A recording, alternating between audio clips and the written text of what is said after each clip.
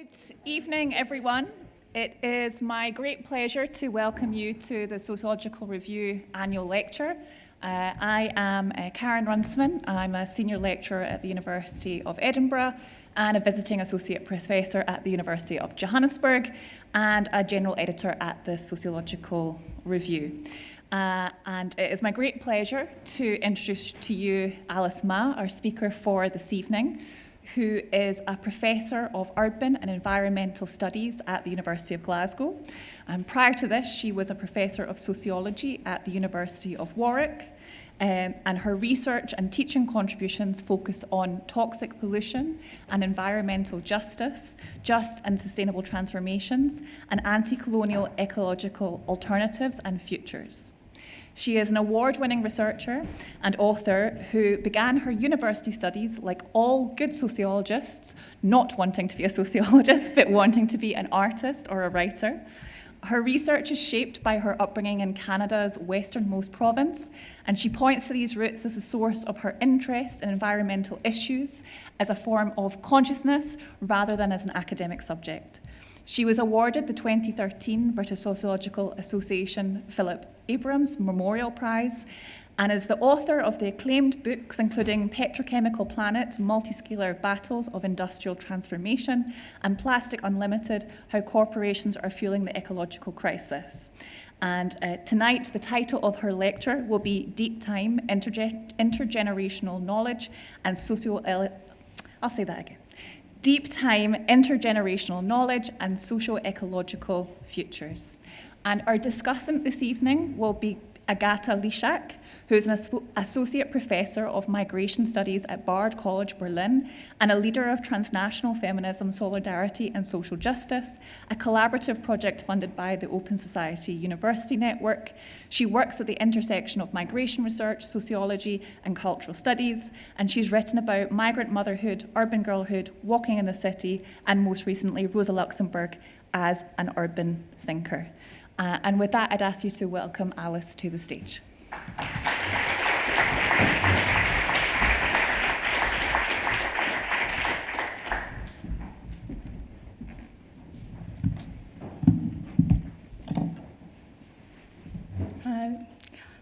Good evening, everyone. Thanks so much to everyone at the Sociological Review for the wonderful invitation to be here, and thanks to all of you for joining me.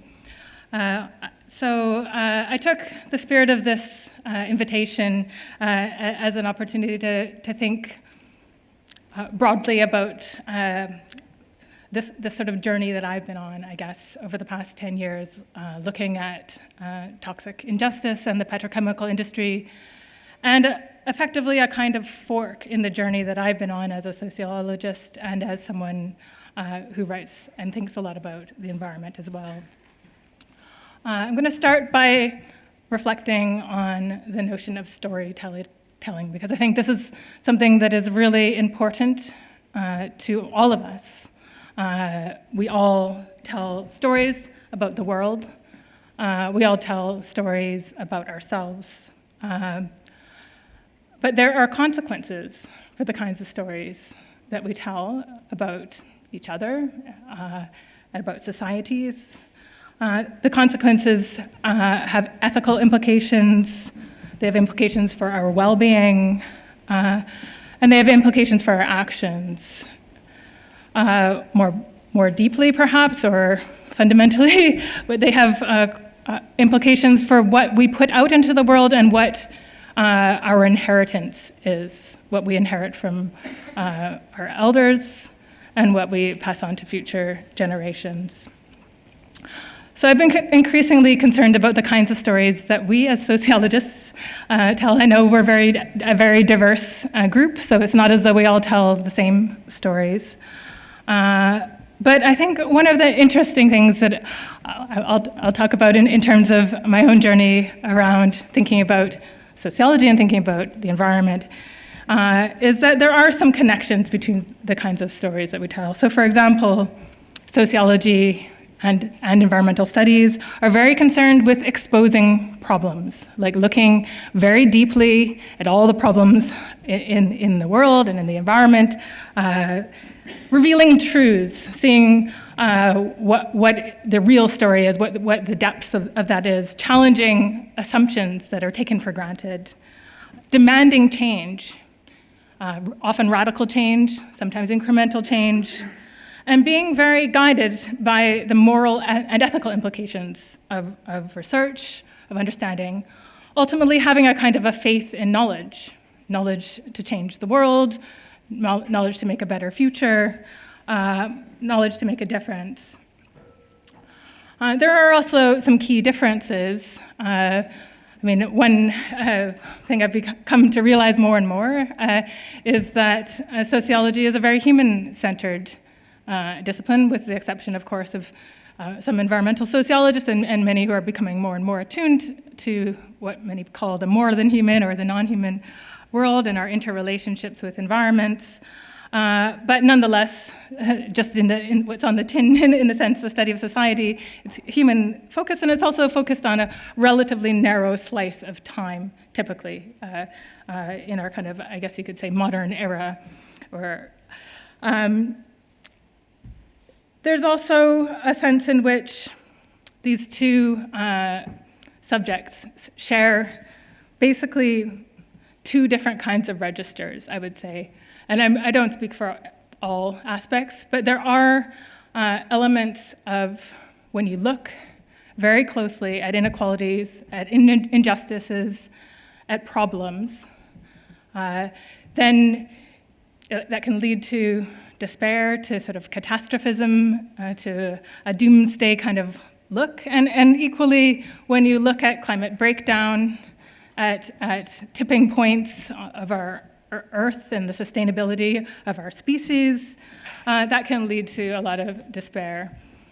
The opposite register, which we're constantly told that we ought to engage with, which is this idea of hope, of resistance, that things can be different, that we can turn things around somehow, that's also prevalent in both environmental and sociological narratives. But there's an increasingly, I would say, yawning gap between those registers, and that is also a source of despair.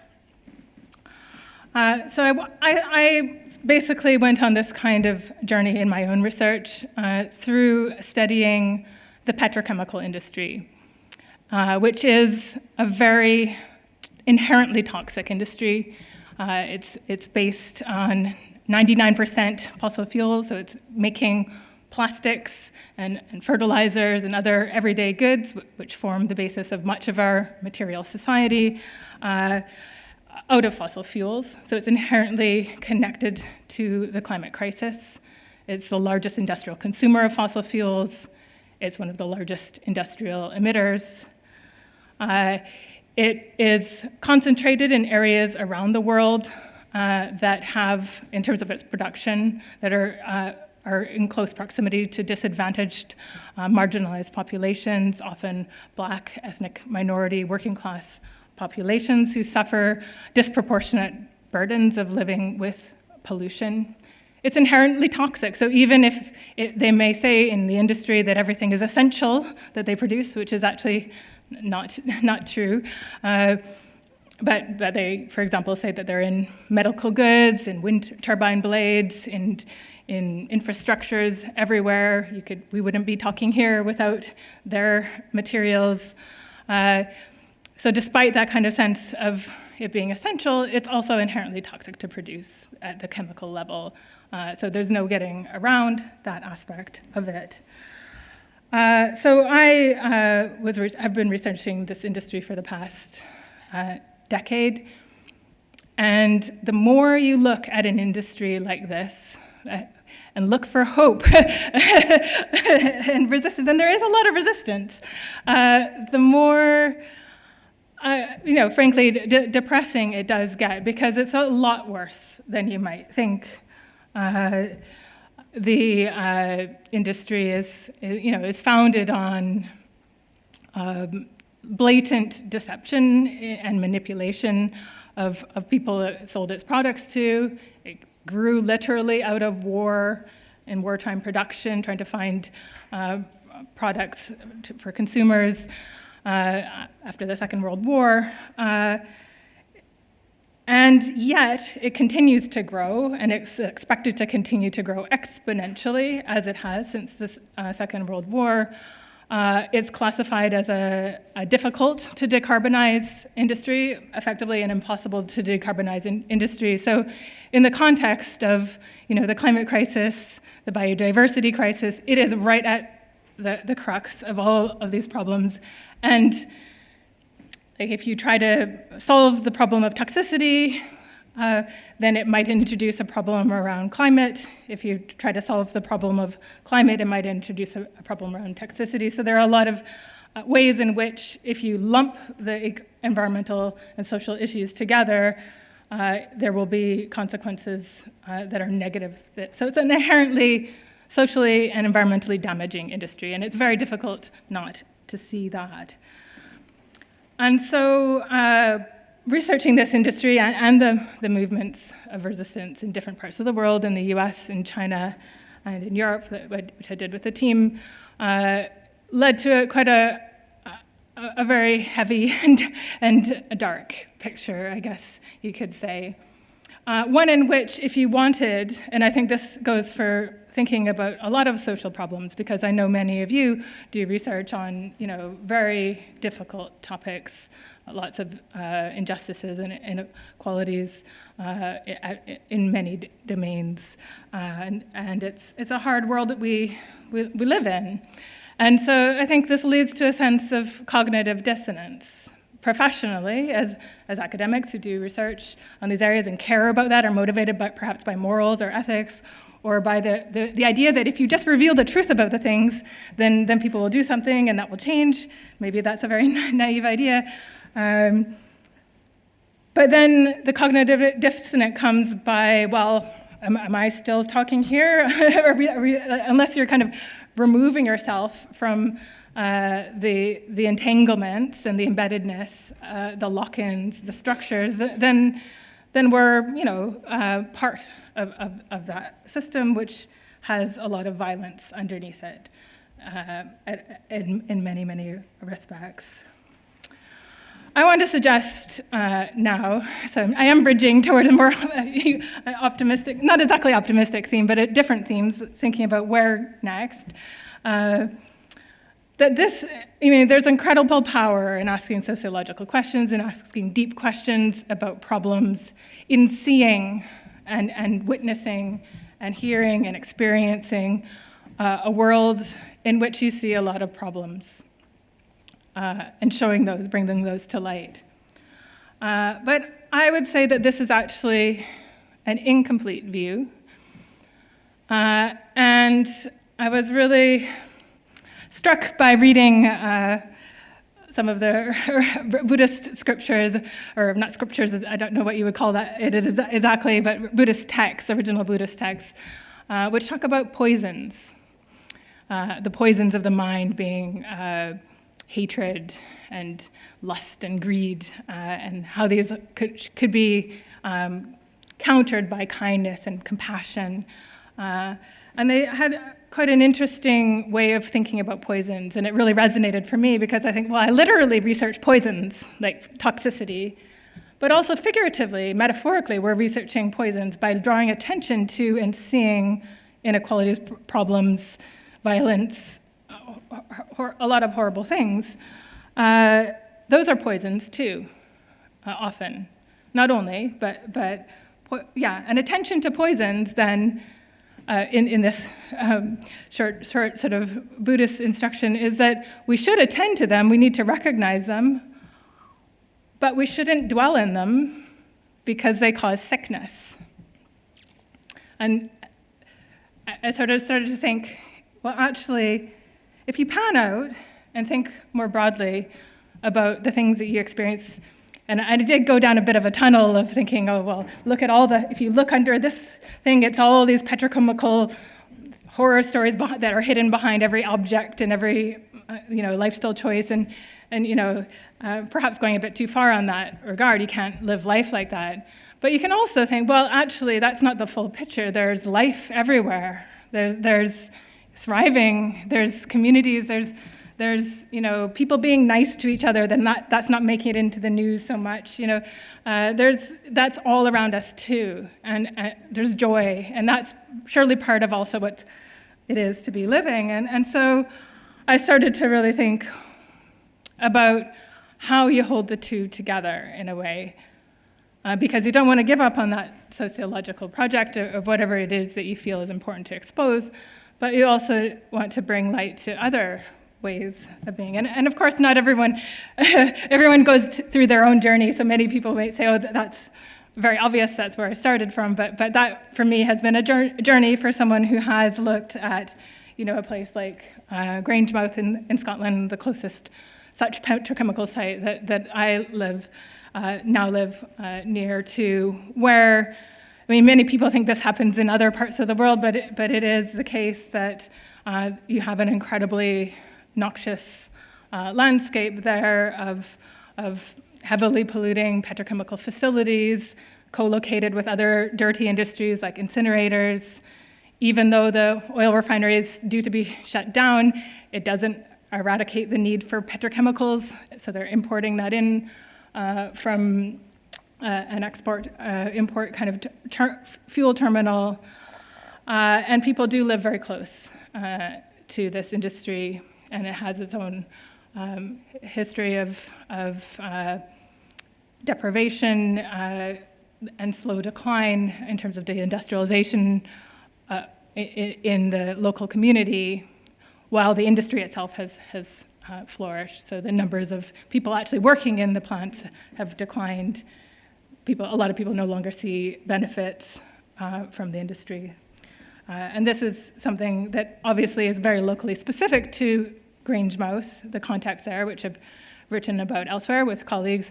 But it is the case in thousands of places around the world that there are places like this.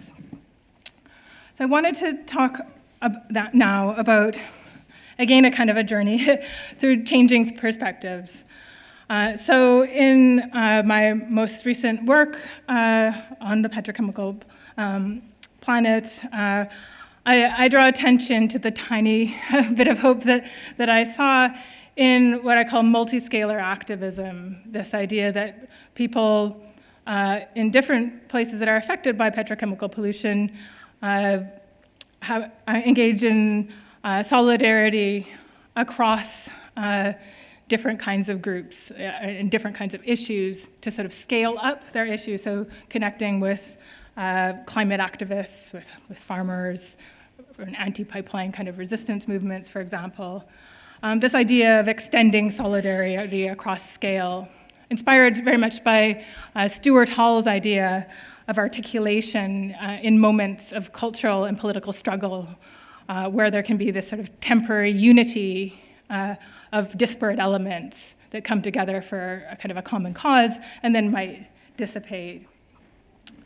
This is very much also inspired by a very diverse literature on degrowth, which I think I came to the conclusion by the end of this research that degrowth is the only option for this industry. Detoxification as well, decolonization, decarbonization. This industry is a damaging industry that needs to be brought down, scaled down.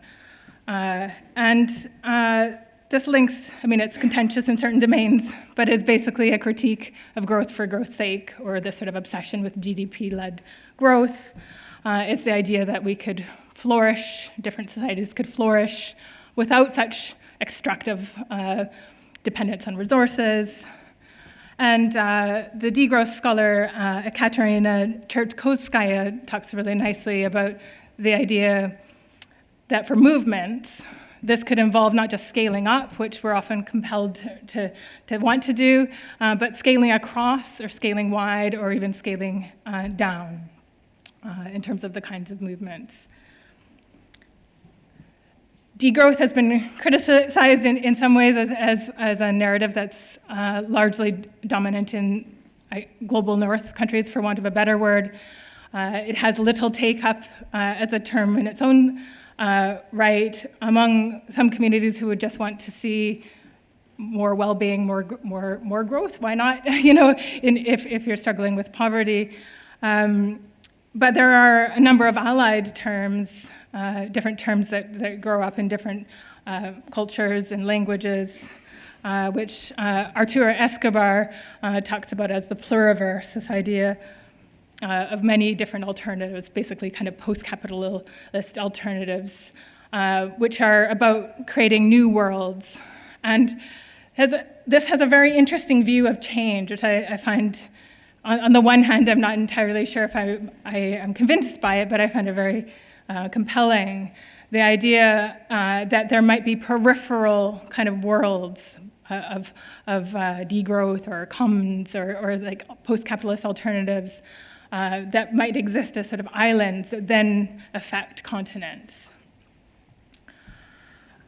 This links to an idea, and this is the last concept I'll sort of whiz through before getting into the deep time stuff, is this idea of complexity, or how complex systems relate to each other. Complexity is an idea that comes out of environmental movements, the idea that all ecological organisms have a capacity for self-organization and resilience and adaptivity. All complex systems do. This creates sort of feedback loops whereby these organisms can sustain. There have been sort of different debates about complexity, some which would sort of want to embrace this, as Escobar would, saying these autonomous movements for self-organization could be really empowering examples of resilience and of change, whereas others would, who have kind of effectively tried to adapt complex systems thinking into their analysis, have tried to actually use this as a tool to forecast and control the world. So it's sort of more of almost the opposite side, a neoliberal quest for control. But I really appreciate William Connolly's intervention in this domain, where he sort of sees both sides of complexity and sees it as a kind of an indeterminate system. So if you think of the complexity of and the entanglements of the social and ecological worlds, or problems on the earth today across many relations, these are always not controllable by humans. That's the part of the inherent aspect of complexity. And so how change might come about, Connolly refers to this metaphor of swarming. So this is a starling murmuration in the visual here. This idea that change could happen through these sort of a self-reproducing set of interactions. Of course, you might, as sociologists, then go, well, it could go the other way, it could go any way then, which is one of the risks.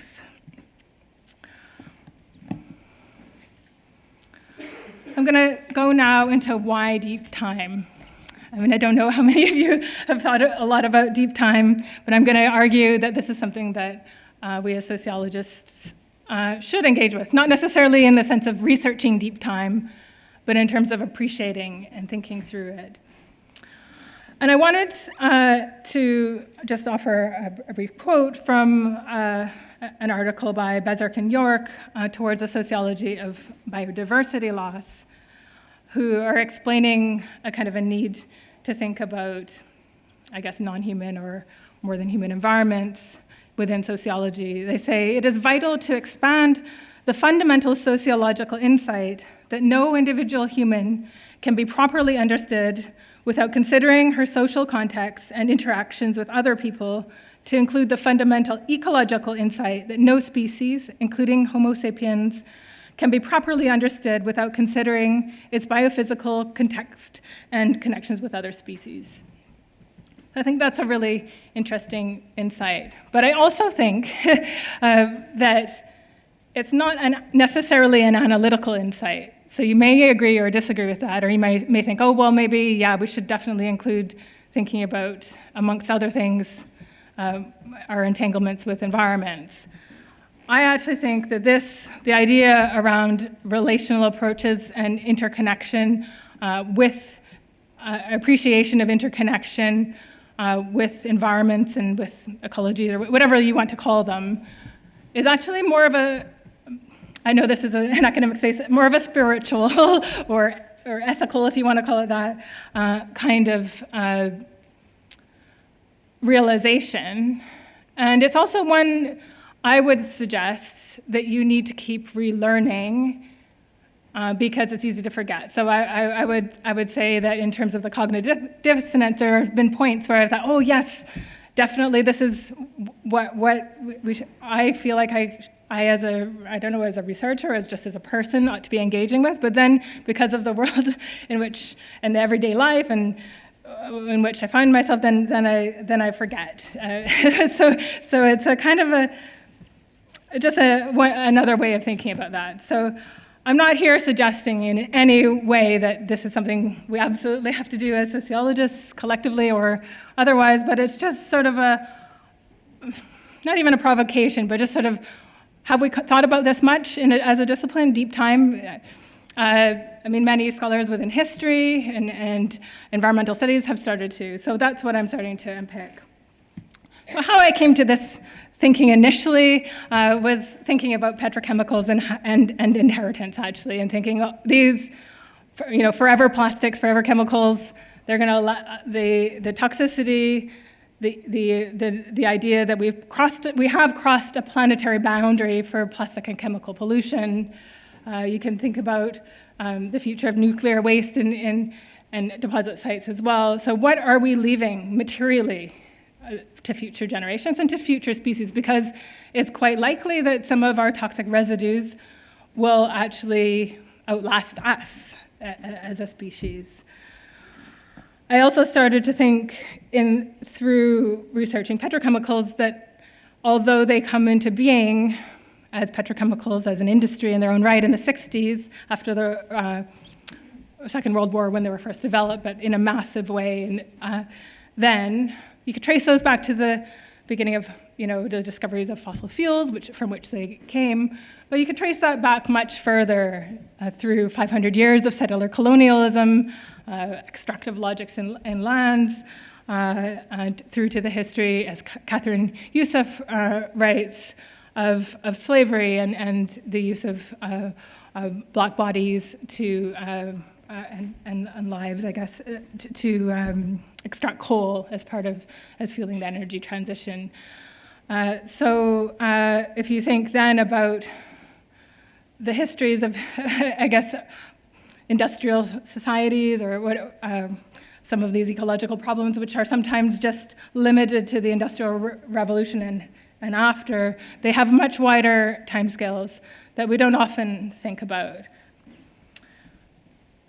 So this is sort of what set me off on this journey, and I was very much inspired by the work of Vincent Ialenti, who wrote this book called Deep Time Reckoning, who was talking about, or did research about nuclear engineers who were actually thinking about how do we signal to future species? Like what kind of symbol could we put on these nuclear waste sites that would say that it's harmful? How could we think long-term in terms of planning and designing our worlds or our infrastructures or what we leave behind in ways that last beyond the short-termism of a lot of planning and regular kind of cycles that we're used to. But I also started to think a lot with Deepesh Chakrabarty, who's written quite a lot about, who's a historian, who's written quite a lot about the differences between, on the one hand, human history studied through the context of globalization, the histories of capitalism, and indeed colonialism, through all the kind of aims and aspirations of those movements that are associated with resistance, as well as the forces of those that kind of perpetuate the system. So that's been, he kind of basically made a move from studying that for most of his career, as a post-colonial scholar looking at global history, to then saying, well, how does that sit alongside the planetary history, which has millions of years of history and through which we could think about species extinction and the origins of the idea that as humans, through the idea of the Anthropocene, the humans, whether or not we're all implicated in it in different ways, have come to affect the planet as geological agents, he says. So there's this tension between thinking in the different registers, and he says we need to think about the two together, the global and the planetary, and species histories as well as capital histories. There have been a number of other scholars, both historians and anthropologists, who have researched deep time and thought really critically about this question, actually from a different side, saying actually there's dangers of thinking about deep time, because in terms of the stories that we tell ourselves as historians or as modern societies, or some of us anyway, there are histories of basically the colonization of deep time. Amanda Power, a historian, writes about that in the sense, looking specifically at Judeo-Christian traditions and histories of science and rationalism. There's a kind of idea, a human-centered idea, that we really only care about Earth since humans started living, and Earth until humans will stop living, and not really about the boundaries beyond that. And that also reproduces or introduces ideas that we, as a species, can somehow save the planet, because that's already written into a lot of the kind of religious underpinnings or kind of narratives that are told about human societies. So there's questions around, how do we think about deep time? And then relatedly, among the anthropologists, there have been several who have looked and tried to research deep histories, like deep human histories, and looked especially at indigenous knowledges and how those correlate with, for example, a big environmental event or a disaster that happened thousands of years ago. But then that invites questions of, well, who can make claims about deep human history? Who owns deep time? Isn't it a narrow aim to think about trying to go back through history, and does it run a risk of basically an anthropocization of the past in a way? But I want to sort of step back from that and think, actually, what would as sociologists, and as maybe, I don't know how many of you would identify as being an environmentalist or sort of thinking about or worried about environmental issues, thinking about the present day, what does thinking about deep time do? And I would say that actually thinking about those longer histories brings to mind that lesson that I said was difficult to learn, the idea of, in a way, human insignificance in the face of larger histories, not in a disempowering way, although some might take it that way, but in the sense of our fundamental interdependence with the earth and all relations within that, rivers, mountains, that sustain us, that the idea that we're separate from nature, human nature, that dichotomy, that dualism is very much underwrites a lot of, I guess, traditional thinking in sociology and many of the kind of social sciences until relatively recently.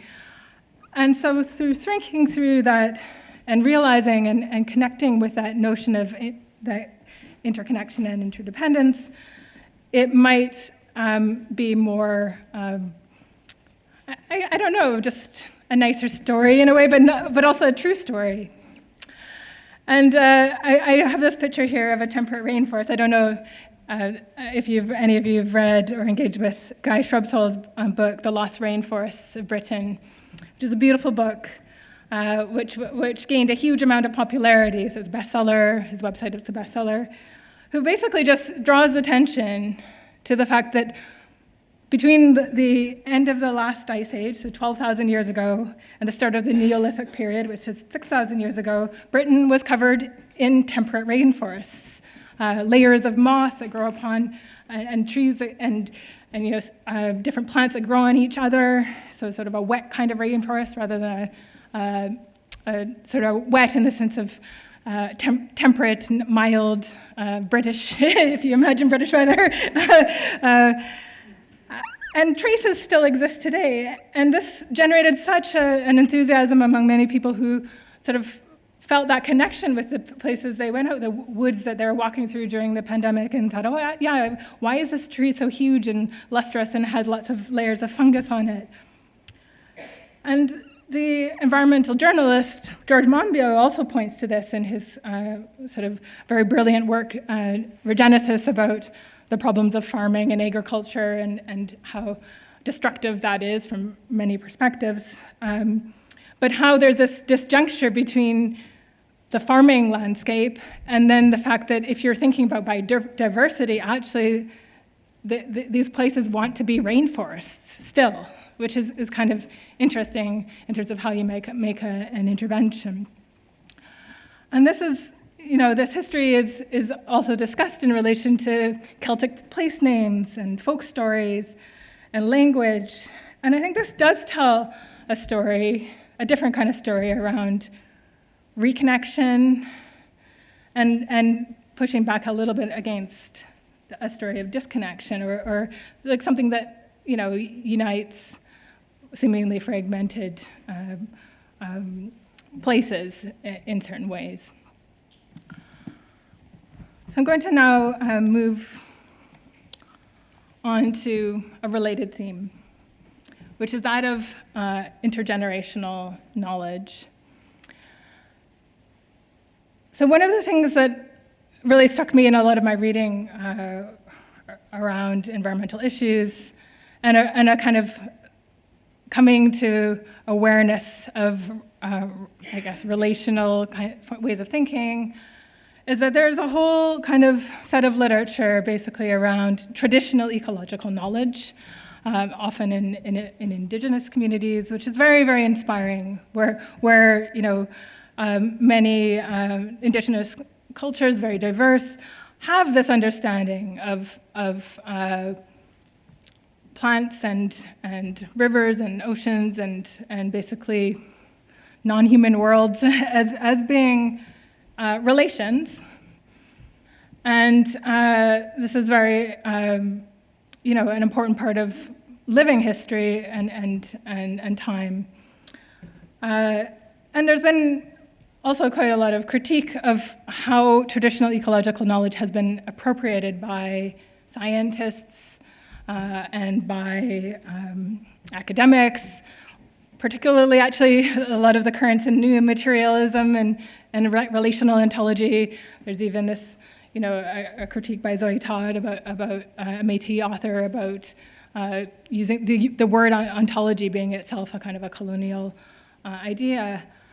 And I think that, this is a very interesting area and I take a lot of inspiration from a lot of these debates as well as insights.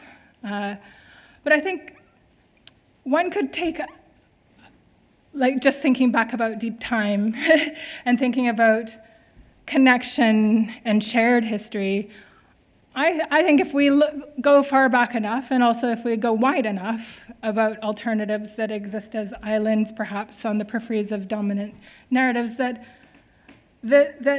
all of these alternative forms of knowledge, these caring ways of understanding our relationship with mountains or with forests that we didn't realize were even there, that this actually, I would be reluctant to say it's a universal, because you always get in trouble if you say things are universal, but I do think it's something that's accessible to all people in a way, because everyone has a connection with multiple histories. And I think, one of the most inspiring Indigenous writers, Robin Wall Kimmerer, has written a lot about, and very movingly about kinship and relations with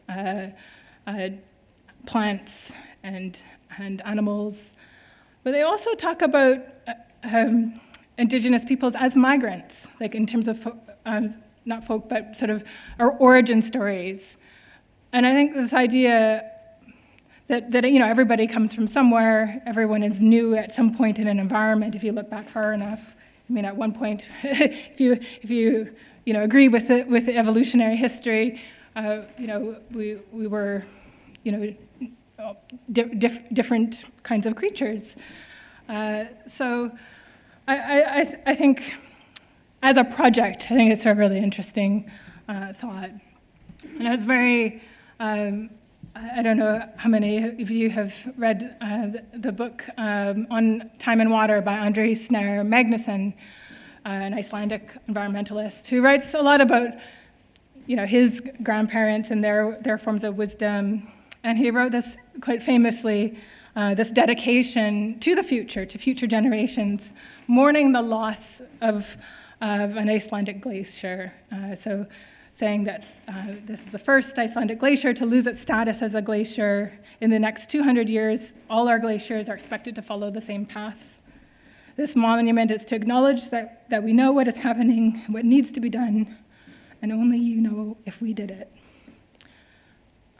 That's dated in August 2019 at 415 parts per million CO2. Now we're, I think, 456 or something. So, every year is growing hotter. As part of Andri Snær Magnusson's research, he also collected discovered or found recordings of Icelandic folk songs that he found eerily or strangely reminiscent of similar kinds of folk tunes in all kinds of different parts of the world, which many people discarded as being not modern enough. They collected them together in an archival project called Voices, which you could find online, which are these beautiful kind of haunting rhymes and ballads and in all kinds of very interesting voices and melodies. And thinking, he talks a lot about his grandparents' generation and how different Iceland was at that time. And I just thought, as a project, sociologically, thinking about intergenerational knowledge, it would be interesting to interview our elders or about what they remember from their elders, or our peers or our children, basically people across generations, about their connections with ecology, and look.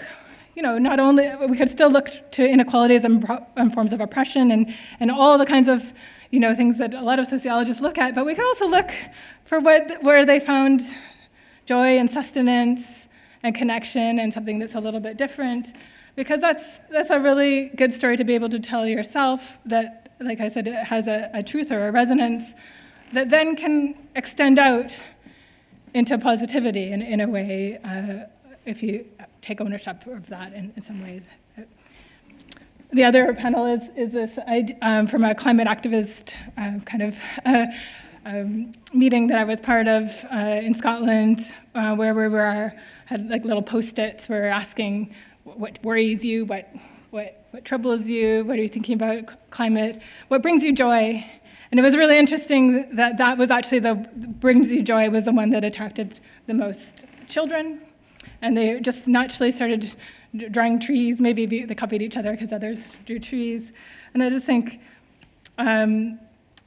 reading the late Norwegian environmentalist Arne Nias, he talks in Ecology as Wisdom as joy being inherently associated with environmental movements.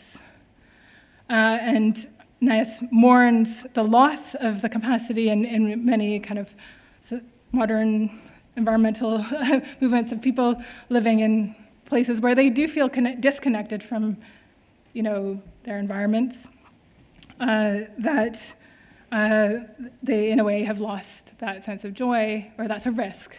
And I think equally that's a risk with sociology. I know there's more and more talk of joy in many spaces, which I'm very delighted to hear about, but I think that is one of the kind of analogies that I would draw. So the kinds of methodologies for thinking differently, I'll just touch very briefly on that. I've been thinking a lot and collaborating with some environmental scientists on thinking about complexity and how you research complexity differently, thinking specifically about, for example, measuring toxicity in the environment, and how you could build in issues such as ethics, justice, values, multi-species, extensions of kindness and relationality into our analyses. So that's ongoing work that I've been very committed to doing as something that kind of still engages with those issues of difficult subjects, of how you repair such contaminated environments, but then thinks about how you understand those systems, what are the barriers, how can we break those down, and what different kinds of knowledge can we bring together. So thinking it much more in a kind of an expansive, collaborative, generous, open, non-judgmental kind of space where we could, have those difficult conversations about what you might find difficult to agree on or what the terminologies are, but work for a better world or something to that effect. So I won't go into. You can ask me questions if you want to further details of that. So just to conclude on socio-ecological futures. I would say like many people, the last thing you wrote or the last thing you thought about is not necessarily where you are at. So I wrote this book, Petrochemical Planet. That's no longer quite where I'm at, where I ended. And so this is sort of where I'm thinking. I don't even know if thinking about futures is so productive, because then we're always thinking it's not our problem. So I think if you're thinking about the futures and you're thinking about the past, really, we're actually thinking about what we're doing right now, because that's all we can really do. But I think it is really important as scholars, as if we're scholar activists or just as people who are in the world dealing with the barrage of really troubling stories out there in the media, in our professional worlds, that you can hold in tension at the same time contrasting narratives. You can have the joy and the despair together, and you can maybe need to create spaces to not get so sucked into the problems if they're really difficult, but to sort of make sure that you pan out and appreciate relation and interconnection. So I think, personally, I feel that what is needed more and more in research, rather than division, rather than, this idea is better than that idea, or I agree with this scholar or that scholar, is more about, which is, it's fine as part of critical debate, but it is more, I guess, generosity, thinking about connections and solidarities and resonances, what we have in common. And thinking about the notion of deep time, not as an imperative to think about everything, but more about thinking about, well, how do we be more attentive to what's required in terms of our present actions. Thank you.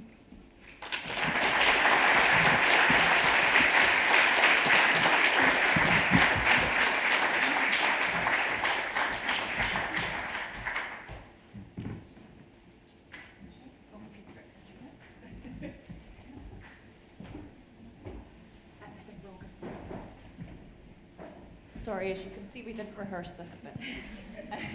So, Agata, I'm going to hand over to you for discussing comments. Yeah. Thank you. Thank you, Alice, for this fantastic lecture, and Carin for your introductions and moderating, and many thanks to the conference organizers for all your incredible work. It's been such a wonderful event so far, and thank you to Michaela for inviting me to act as a discussant. For Alice's talk, I will share some thoughts on Alice's latest book and today's lecture together. I started reading Petrochemical Planet in Berlin and continued on the plane to Manchester a few days ago. The book is so engagingly written, so thought-provoking, and so timely that it banned time for me. It definitely shortened my trip too. The book was very much on my mind when I walked around Salford that night. I thinking about the many historical layers that have shaped this place and the uncertain futures that will unfold here. I stopped at a supermarket to buy a bottle of water, and I paused after opening it. The plastic cup stayed in my hand. I could unscrew it completely. And it felt weird to me because as of July, we don't have cups like that anymore in the EU. After many years of various attempts at limiting the environmental damage caused by single-use plastics, EU states agreed on what I believe is called tethered cups in English. They hang on the bottle with a little plastic string, so when you recycle the entire thing and not bottles and cups separately. And in the past, those cups would very often get lost or not be recycled or literally buried in the sand. Of course, recycling is hardly an optimal solution to the endless damage caused by petrochemicals, not even close. To give you a sense of the scale, this new measure is projected to reduce plastic waste on EU beaches by 10%. So in the big scale of things, it's close to nothing, but it's not nothing. It is something. And although it centers the reduction of waste rather than the prevention of toxic petrochemical pollution and production, it does mean a bit less damage to planetary life. I don't think we should be satisfied with it, but it may be one of many necessary steps in the direction of a planetary transformation. So I agree with Alice when she says that reaching agreement on some common goals with regard to environmental justice is within the realms of possibility. I also agree with her that it won't be enough to prevent the disaster. In fact, the disaster is already happening. So, like Proust's Madeleine, the untethered plastic cup sent me back, but not to my childhood. It sent me back with Alice's book fresh on my mind, way down the deep time rabbit hole to the emergence of fossil fuels. And even though there was nothing other than water in that bottle, I have to say it was a pretty trippy journey, because thinking about deep time can do this. Seriously considering the deep time dimension of planetary life is also an exercise in humility. Never a bad thing for an academic to practice. Reading about Alice's engagement with deep time inspired me to think of it in relation to linearity. I was reminded of a passage in Ursula Le Guin in which she says that our talk about going forward into the future is a metaphor, a piece of mythic thinking taken literally, perhaps even a bluff, based on our macho fear of ever being inactive, receptive, open, quiet, still. Le Guin embraced indigenous Andean temporalities according to which the past is what you know, you can see it, it's in front of you, it's under your nose. For Le Guin, awareness was much more interesting of a concept than progress, especially the Western modernist vision of progress as a force rushing forward, scorching the earth without any consideration for the damage it sows and leaves for others to reap. I felt that focus on awareness rather than progress very strongly when reading Alice's book. Another thinker that came to my mind was Doreen Massey, which won't come as a surprise for those of you who know Spatial Delight, because she's on my mind a lot. Because Massey considered linear stories of progress harmful because they suggest that there is only one way of moving forward, or moving at all. And it must all happen alongside one predetermined trajectory. To Massey, thinking of different places in the world as all located along a single trajectory, just as many past and present stories of progress do, precludes not only alternatives to neoliberalism, which is something that she was very invested in, but any possibility of politics at all. But it's not just our thinking about progress that needs to be liberated from linear thinking. Alice argues that there can be no linear or singular journey toward just and sustainable industrial transformations either. That journey won't be neat, because it can't be. I was particularly moved by a passage in the book in which Alice reveals her own struggles with coming to terms with the planetary ecological crisis. She writes that on some days she's unable to imagine the possibility of systemic change. On other days, she discovered something that she had not seen before, not necessarily new, but different. It is important to keep trying with the tools that you have, she writes. And I dwelled on that sentence. At first, I thought it rejected the idea of innovation, at least innovation understood as part of that questionable linear progress. But then I thought of it as an invitation to carefully consider what tools we have exactly. What even counts as a tool? Can we use them differently than we have been using them so far? Sarah Ahmed urges us to explore the potential for queer use, that is, how things can be used in ways that were not intended or by those for whom they were not intended. Alice's reminder to keep trying with the tools that we have also connects to her insistence on the importance of storytelling, which we heard about today, and relatedly, the urgency of expanding our sociological imaginations. As you may have gathered from the lecture, Alice is ambivalent about hope. It's unlikely that it will be possible to avoid the already unfolding ecological catastrophe and all the unspeakable suffering that it entails. But this reminder to keep trying with the tools that we have does sound hopeful to my ear in the way that it connects with awareness, as Le Guin wrote about it. In Experiments in Imagining Otherwise, Lola Olufemi defines hope as commitment to see through and beyond unending misery. Alice encourages us to also see before it, so before, not just through and beyond, but also before, to consider the deeper roots of our current condition and our future. But with all her preoccupation with time, Alice is careful not to forget about place. In fact, her book and today's lecture is a powerful manifestation of how place matters, because the effects of ecological disasters are unevenly distributed across the globe. The commitment to see across deep time is also irrevocably linked with what Massey called a politics of place beyond place, a politics rooted in extended responsibility, a responsibility that is not restricted to the immediate or the local. In addressing the many challenges and questions that emerge from the unfolding ecological catastrophe, Alice emphasizes the importance of interdisciplinary collaboration, something that you talked about towards the end of the lecture, including close engagement with traditional ecological knowledges that for centuries have been shunned by academics and are now being appropriated. Such collaborations require that we overcome the distinction between humans and the environment, as has always been known to indigenous and peasant communities, and as physicist Niels Bohr once put it, we are part of that nature we seek to understand. Relatedly, sociologist and activist Dilar Dirik describes her Kurdish ancestors' relationship with nature as comradeship and a friendship rather than an alliance. And thinking about the human-non-human relations in the context of deep time, I believe we also need to consider how memory works. We know from psychiatry and anthropology that the human body keeps the score.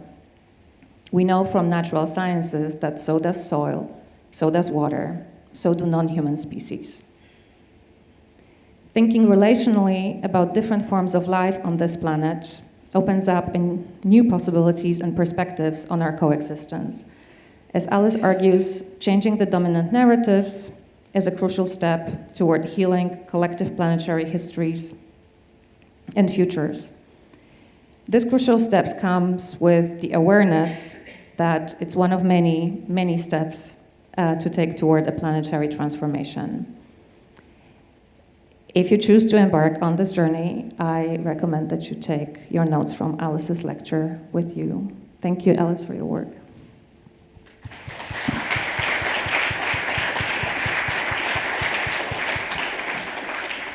Thank you, Agata.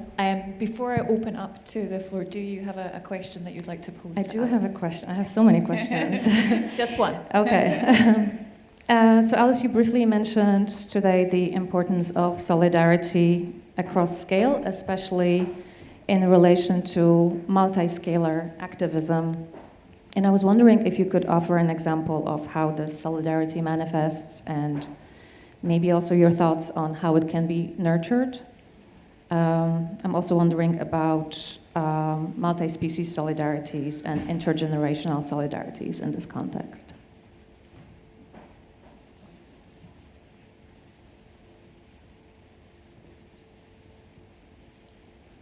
Could you repeat how it can be? Like an example of how this solidarity manifests from your research, and how it can be nurtured. Nurtured.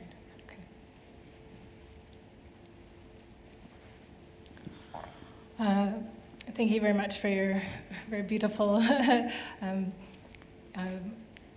reflection and for the question.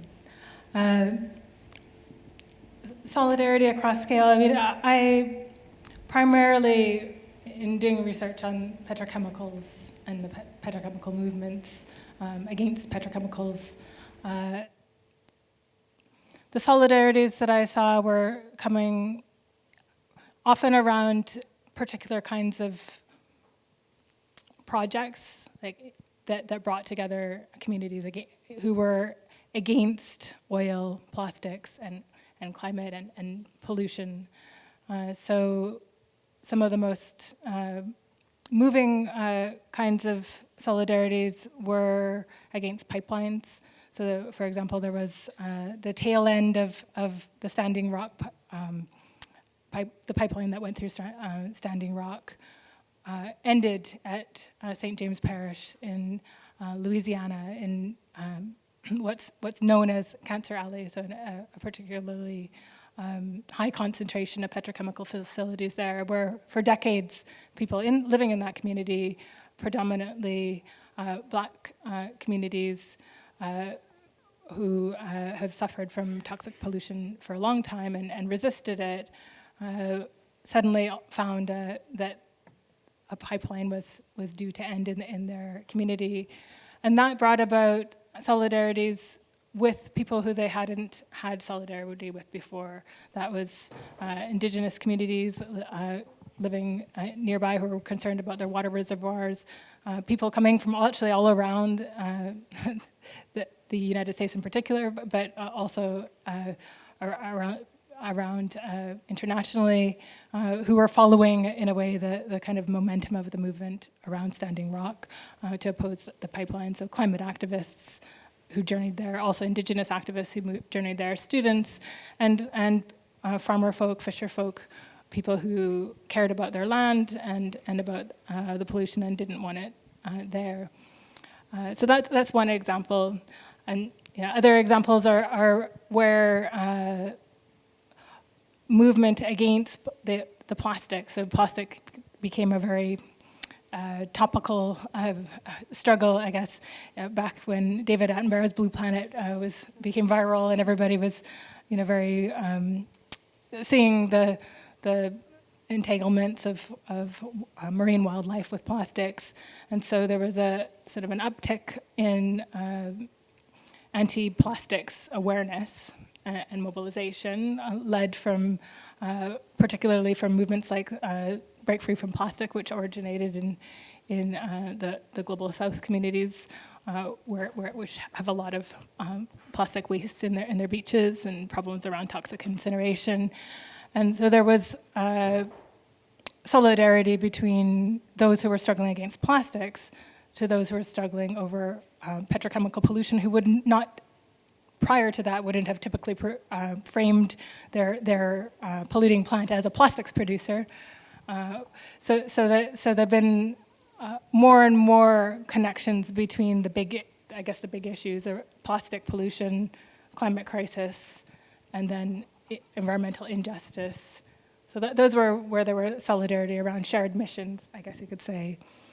How it can be nurtured, I think this is quite a tricky one because often is very, very context dependent, and not all places can scale. And some of the other kinds of cases I looked at were really much more smaller kind of movements or interventions in very different kinds of regimes as well. And so I think it always has to, there's no one answer to that. It really depends on, again, I don't know if maybe I use tools a bit too liberally, but I just meant that everybody comes with their own background, their own knowledge, their own capabilities, their own resources, their class positions, race, gender. So everything in which a person is situated in their communities and in their lives makes a difference as to what they could bring to a particular struggle or an action of solidarity. Not everyone is in the right space for that. I don't know. It depends on your view of change as to how to nurture it. Multi-species, I mean, there's been a lot of debate around how you extend justice to different species if they cannot speak for themselves. Of course, there are obviously movements or like legislation to name like rivers and mountains as persons, and that makes a difference. Different forms of legislation to act in terms of protection, but like I said in the lecture, I think it actually it's a cultural shift or a spiritual shift, or is something that needs to happen through realizations, collective realizations in different spaces that's important, and I think it comes down to engaging honestly with cognitive dissonance and trying to reduce it in your own way. But that's obviously not easy. That's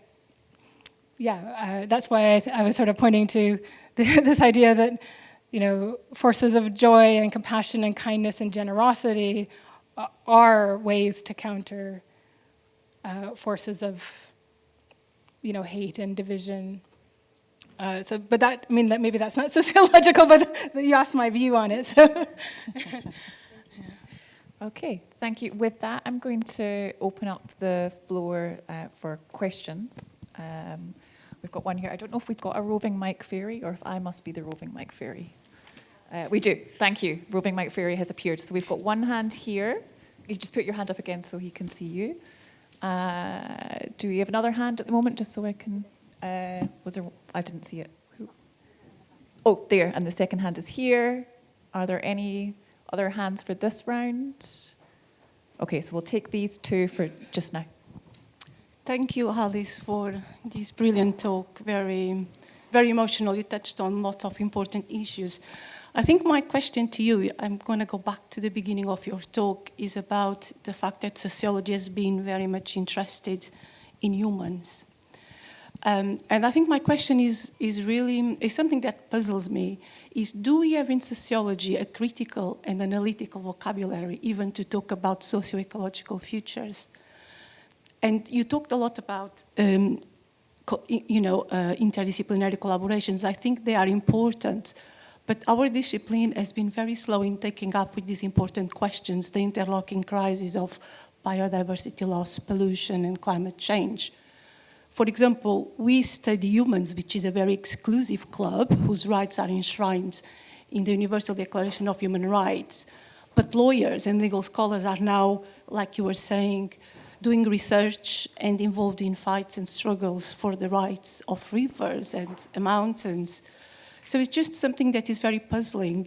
Is just studying these issues something that environmental sociologists do? And the other thing is the fact that for example, in the latest IPCC report, it was the first time that the connection between social inequality and climate change was made. It wasn't in the previous reports. So why we don't talk more about it? Why is it not more central to sociological debates? Because when I talk to geographers, to literary scholars, to geographers, artists and activists, they all talk about these things. So it's just a little puzzling. So I was just wondering, as a sociologist who has been engaging with these debates, do we have a vocabulary to talk about socio-ecological futures, or how do we get there? Cool. Thank you. The second hand was over here somewhere. Over here.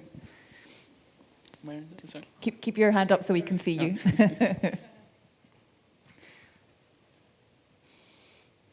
Thank you, Alice, for a really fascinating and thrilling and provocative set of ideas. I suppose I have a comment followed by a question. So you talked about engagement with other disciplines to help us think about deep time and our relationship to it, both backwards and forwards into the future.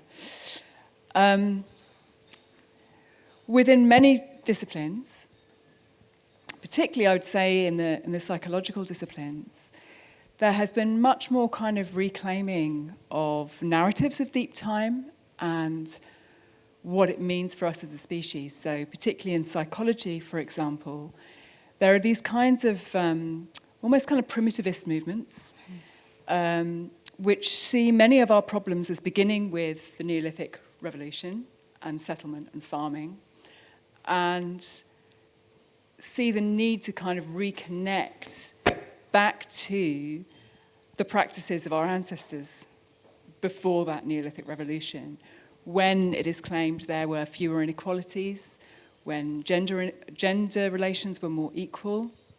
There are claims, for example, within those traditions that sexual abuse didn't exist in the same way.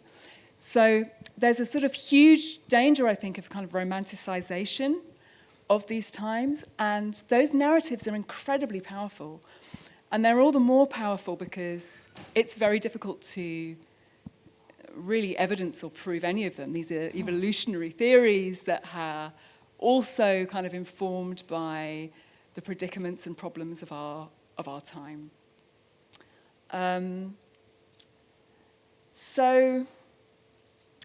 science, of course, is full of its own assumptions. So we know, for example, thanks to a brilliant book by Lucy Cook called Bitch, which I really recommend all of you to read, we know how much the study of animals and the evolutionary history of animals has been gendered, and gendered with particular sort of in the political context of gender relations in humans.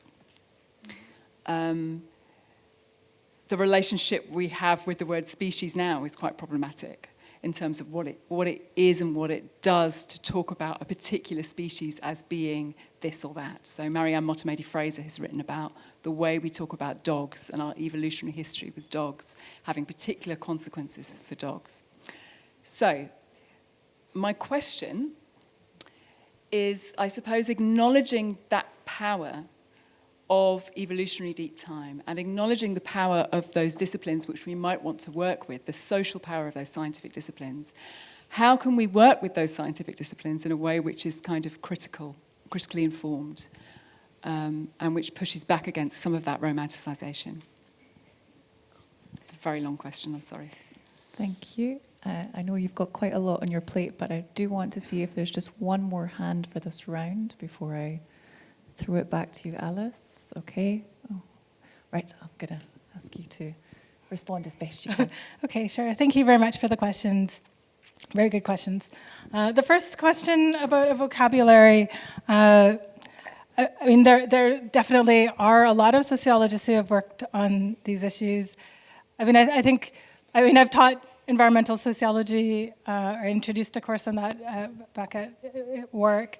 And it's true that it's not, I guess, a mainstream subject within a lot of British sociology, with some exceptions, like Lancaster has a strong tradition. If you look internationally, and also, the American, the ASA, the American Sociological Association, there is, there's the subfield of environmental sociology, which was developed in the 70s, where they thought that this was actually going to completely displace mainstream sociology because of this deep insight about entanglements with environment, and it didn't take off in the sense that it didn't percolate across discipline or across the wider discipline. It kind of stayed in its own bubble. So there's been a lot of vocabulary. I mean, some of it has its own kind of genealogy, just like, there are, I guess, schools of thought within sociology. So there's like the treadmill of production theory, which is this idea that, based on kind of a Marxist analysis, that you're constantly on a treadmill between production and consumption that's linked to this kind of capitalist machine. There's ecological modernization theory, which is a bit more belief, I guess, in incremental technological interventions that might bring about sustainable development. There's a whole environmental sociology of risk of people based at Lancaster, like Irwin. And John Urey has wrote a lot about climate change. So and about futures was What is the Future is his last book. So, internationally in different languages and in the International Sociological Association has quite a strong environmental sociology chapter. So I would say that what I would observe, generally speaking, is that there was a very strong but relatively insular environmental sociology subfield within the discipline that did cross over and does cross over with many issues such as, for example, environmental justice connects with anti-racism kinds of scholarship. But that it's only been in the last maybe 10 years. I mean, when Greta Thunberg and the viral videos about plastics, like kind of in that kind of last decade of increasing environmental awareness, particularly, I guess, in Anglo kind of contexts, where it's actually percolated into the wider discipline. So I don't think you would have someone talking about these issues maybe 10 years ago on a panel like this. So there is, but I don't think it's an adequate vocabulary, because I think one of the things that maybe I should have said, but I didn't quite get around to saying, which is, I'm still very committed as a sociologist and absolutely problematize everything, critique everything, look at all the deep problems. Sociology is really good at that. It's not very good at looking at solutions. And so that's where the futures problem becomes quite difficult, because then you just kind of like, well, climate breakdown, you might have some sort of like, it's easier, the throwaway phrase that it's easier to change, it's very impossible to basically change capitalism. I can't remember exactly what that one is, but it's sort of echoed in the environmental kind of field. So I think we do need a sociology of alternatives, and that's not just that sort of end of book or end of article that says we need to think about this and let's think of something really great but it's speculative and it's in the future. So I think there's a lot of work to be done, and that's why I think looking more broadly across disciplines and not being so precious about who's a sociologist and who's not a sociologist, when a lot of people are actually more or less sociologists but don't necessarily call themselves sociologists. So regarding the second question, that's a really brilliant question, and I should have emphasized that these are very difficult conversations with scientists, and I absolutely agree. I wouldn't at all suggest that we should romanticize, past societies or cultures or present ones. My point was more to do across time, so now and in the past and in the future, to think about studying systems that involve gendered and class impacts and race and the whole range of things that sociologists look at as problems and as things to problematize, forms of oppression, that those have existed since human societies began, really, and will probably continue.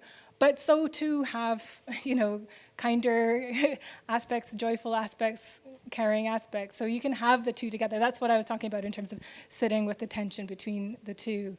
I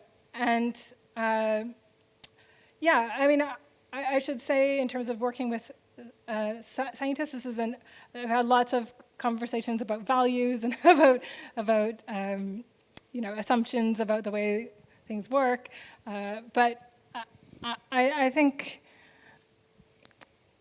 it does become a bit of a trap if you just problematize and criticize virtually everything, and I do think that in a pragmatic sense, trying to actually talk to people outside of the of what you might share or what might be different from your own worldview is really important. And so what I see is sort of, maybe it's like a secret mission, but I see is that sociologists ask brilliant questions and ask really critical questions and can ask those questions in ways that actually are permissible for us to ask in ways that might not be professionally for a scientist who, for example, might share the same ethical commitments around preventing toxic harm, but wouldn't be able to publish a paper that laid bare things in quite the same way.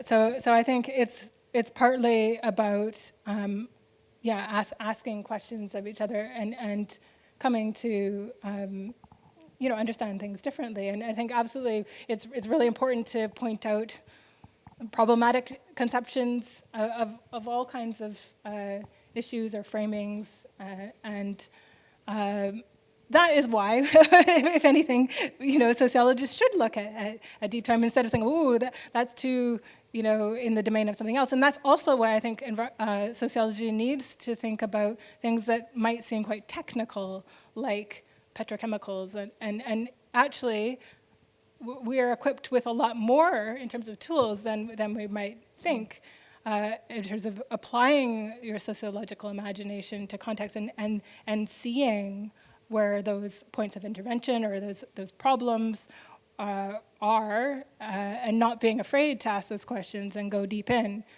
But I think it's also about not being kind of too closed off or dogmatic and saying, well, I'm not going to work with you because you are so problematic, So, I mean, there's a space for that, and you might end up parting ways because you just fundamentally can't agree on certain things, and you don't want to reproduce that, and you don't want to do that kind of work. But there are spaces of connection, and that's what I was trying to draw attention to. Thank you. Thanks, Alice. With that, I'm going to draw the evening to a close. But before I do that, for those of you who haven't already made your dinner plans, there are still spaces available at the conference dinner, and they are available for free or a donation if you would like to make a donation to the foundation.